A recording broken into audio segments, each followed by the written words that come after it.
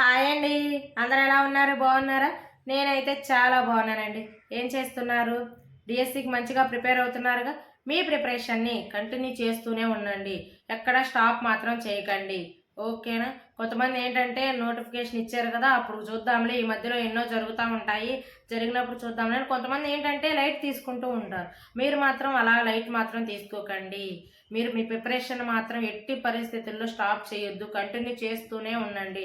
Already నేను 2 times చదివేశాను, ఇంకా అప్పుడు ఎగ్జామ్స్ అప్పుడు ఒకసారి రివిజన్ చేసుకుంటే సరిపోతుంది అని కొంతమంది ఏంటి లైట్ తీసుకుంటూ ఉంటారు. సో అలా చేయకండి. 2 టైమ్స్ ప్రిపేర్ అయిపోయారా, ఇంకో 2 టైమ్స్ చదవండి. రేపు బిట్టు క్వశ్చన్ చదవగానే బిట్టు మనం పెట్టగలిగేలాగా ప్రిపేర్ అవ్వండి.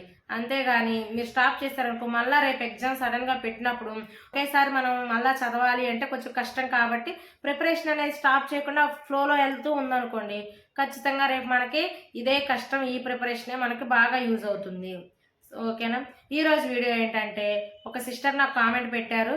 ఒక ఆ సిస్టరే కాదు, చాలామంది పెట్టారు. అక్కడ సెల్ఫ్గా ప్రిపేర్ అవుతున్నా, ఇంటి దగ్గరే ప్రిపేర్ అవుతున్నా, అయితే డిఎస్సిలో జాబ్ కొట్టవచ్చా అని అయితే నాకు కామెంట్స్ పెట్టారండి. మీ కామెంట్స్కి నేను ఈరోజైతే ఈ వీడియోలో రిప్లై ఇస్తున్నాను. 100కి 100% సెల్ఫ్ ప్రిపరేషన్తో డిఎస్సిలో జాబ్ కొట్టచ్చండి.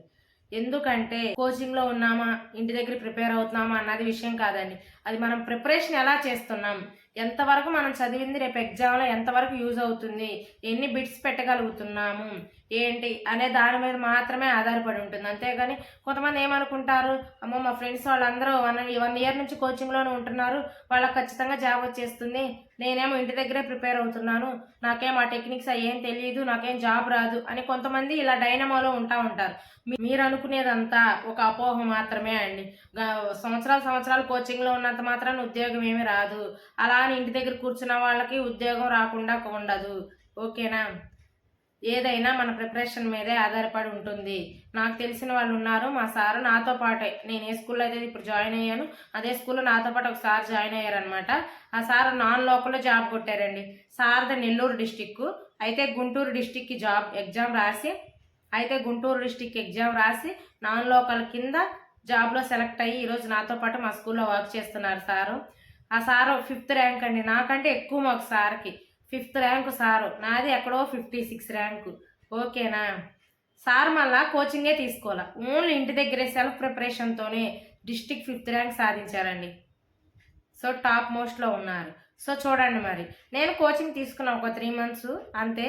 ఆ తర్వాత నేను ఇంటి దగ్గరే ప్రిపేర్ అయ్యాను. చూడండి, మరి అసలు కోచింగ్కే వెళ్ళని సారా 5th ర్యాంక్లో వచ్చారనమాట. సో అందుకే చెప్తున్నాను, ఇది బెటర్ అని చెప్పడానికి లేదు, అదంతా మన ప్రిపరేషన్ మీదే ఆధారపడి ఉంటుంది. నేను కోచింగ్కి వెళ్ళాను ఏంటి, నేను ఫస్ట్ టెట్ రాసే టయానికి కోచింగ్లో ఉన్నానండి. అంతే, ఆ 3 మంత్స్ కోచింగ్ తీసుకున్నాను, ఫస్ట్ టెట్ రాశాను. కానీ నాకు నా కోచింగ్ అంత యూజ్ఫుల్ అవ్వలేదన్నమాట. అంటే నేను యూజ్ చేసుకోలేదు సరైన ప్రాపర్ వేలో, కరెక్ట్గా ఒక బుక్ చదవడం కానీ లేకపోతే ఒక వేలో వెళ్ళడం కానీ అవేం నేను చేయలేదు. సో అందువల్ల నాకు ఫస్ట్ టెట్లో 108 మార్క్సే వచ్చాయి. నేను అసలు సీరియస్గా తీసుకోలేదులేండి. సో అందుకని నాకు 108 మార్క్సే వచ్చాయి. సో ఇలా కాదని చెప్పి ఇంకా కోచింగ్ అయిపోయింది 3 మంత్స్, ఇంటి దగ్గరకు వచ్చి ఇంకా నేనే సెల్ఫ్గా ప్రిపేర్ అవుతూ ఉన్నానమాట. ఫస్ట్ టెట్ రాసినాక నాకు కొంత అవగాహన వచ్చిందిగా, ఇక ఇంటి దగ్గరే కూర్చుని డిఎస్సికి సెకండ్ టెట్కి ఇంటి దగ్గరే కూర్చుని ప్రిపేర్ అయ్యానండి. అలా ఇంటి దగ్గర కూర్చుని ప్రిపేర్ అవుతూనే సెకండ్ టెట్ రాశాను. సో నాకు 120 మార్క్స్ వచ్చాయి. ఇంకా నాలో కొంత ధైర్యం అనేది వచ్చిందనమాట.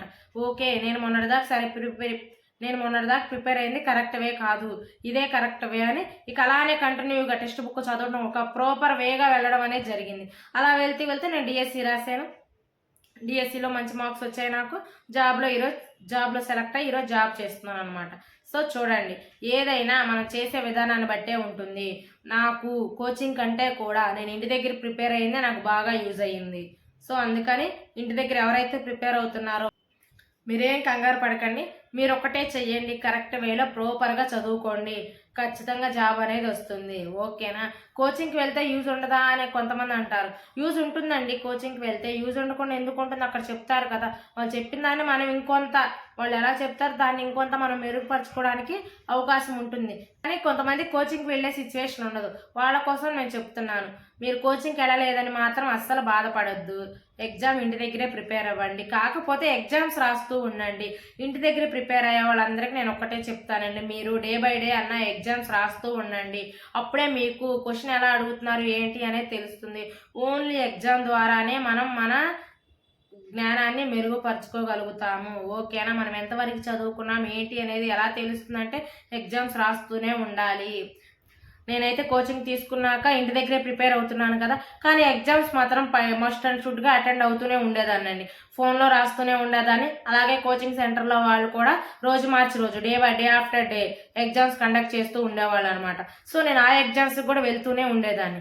ఇలా ఇంటి దగ్గర ప్రిపేర్ అవుతూనే ఎగ్జామ్స్ రాశాను అనమాట బాగా.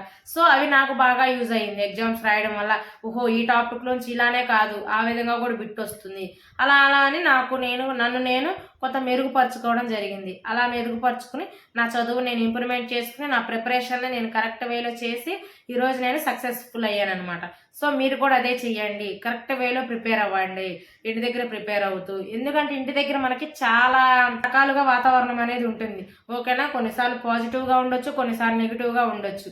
సో ఆ సిచ్యువేషన్స్ మనకు అలా ఉండొచ్చు, కానీ అవన్నిటిని మనం మేనేజ్ చేసుకుని ఇంటి దగ్గర ప్రిపేర్ అవ్వాలి. సో అందుకే మీకు చెప్తున్నాను సిస్టర్, ఇంటి దగ్గర ప్రిపేర్ అవుతున్నారని బాధపడకండి. ఖచ్చితంగా జాబ్ వస్తుంది ఇంటి దగ్గర ప్రిపేర్ అయినా కూడా. కాకపోతే మీరు ఏం చేయాలి, డైలీ ప్రిపేర్ అవుతూ ఎగ్జామ్స్ రాస్తూ ఉండండి. ఓకేనా? ఇంకా మీకు ఏమైనా డౌట్స్ ఉన్నా కింద కామెంట్ సెక్షన్లో కామెంట్ చేయండి. నేనైతే మీ అందరికి రిప్లై ఇస్తూ ఉంటాను. ఈ వీడియో మీకు నచ్చినట్లయితే మన వీడియోని ఒక లైక్ చేసి షేర్ చేయండి. మన ఛానల్ని సబ్స్క్రైబ్ చేసుకోవడం మర్చిపోకండి. Thank you.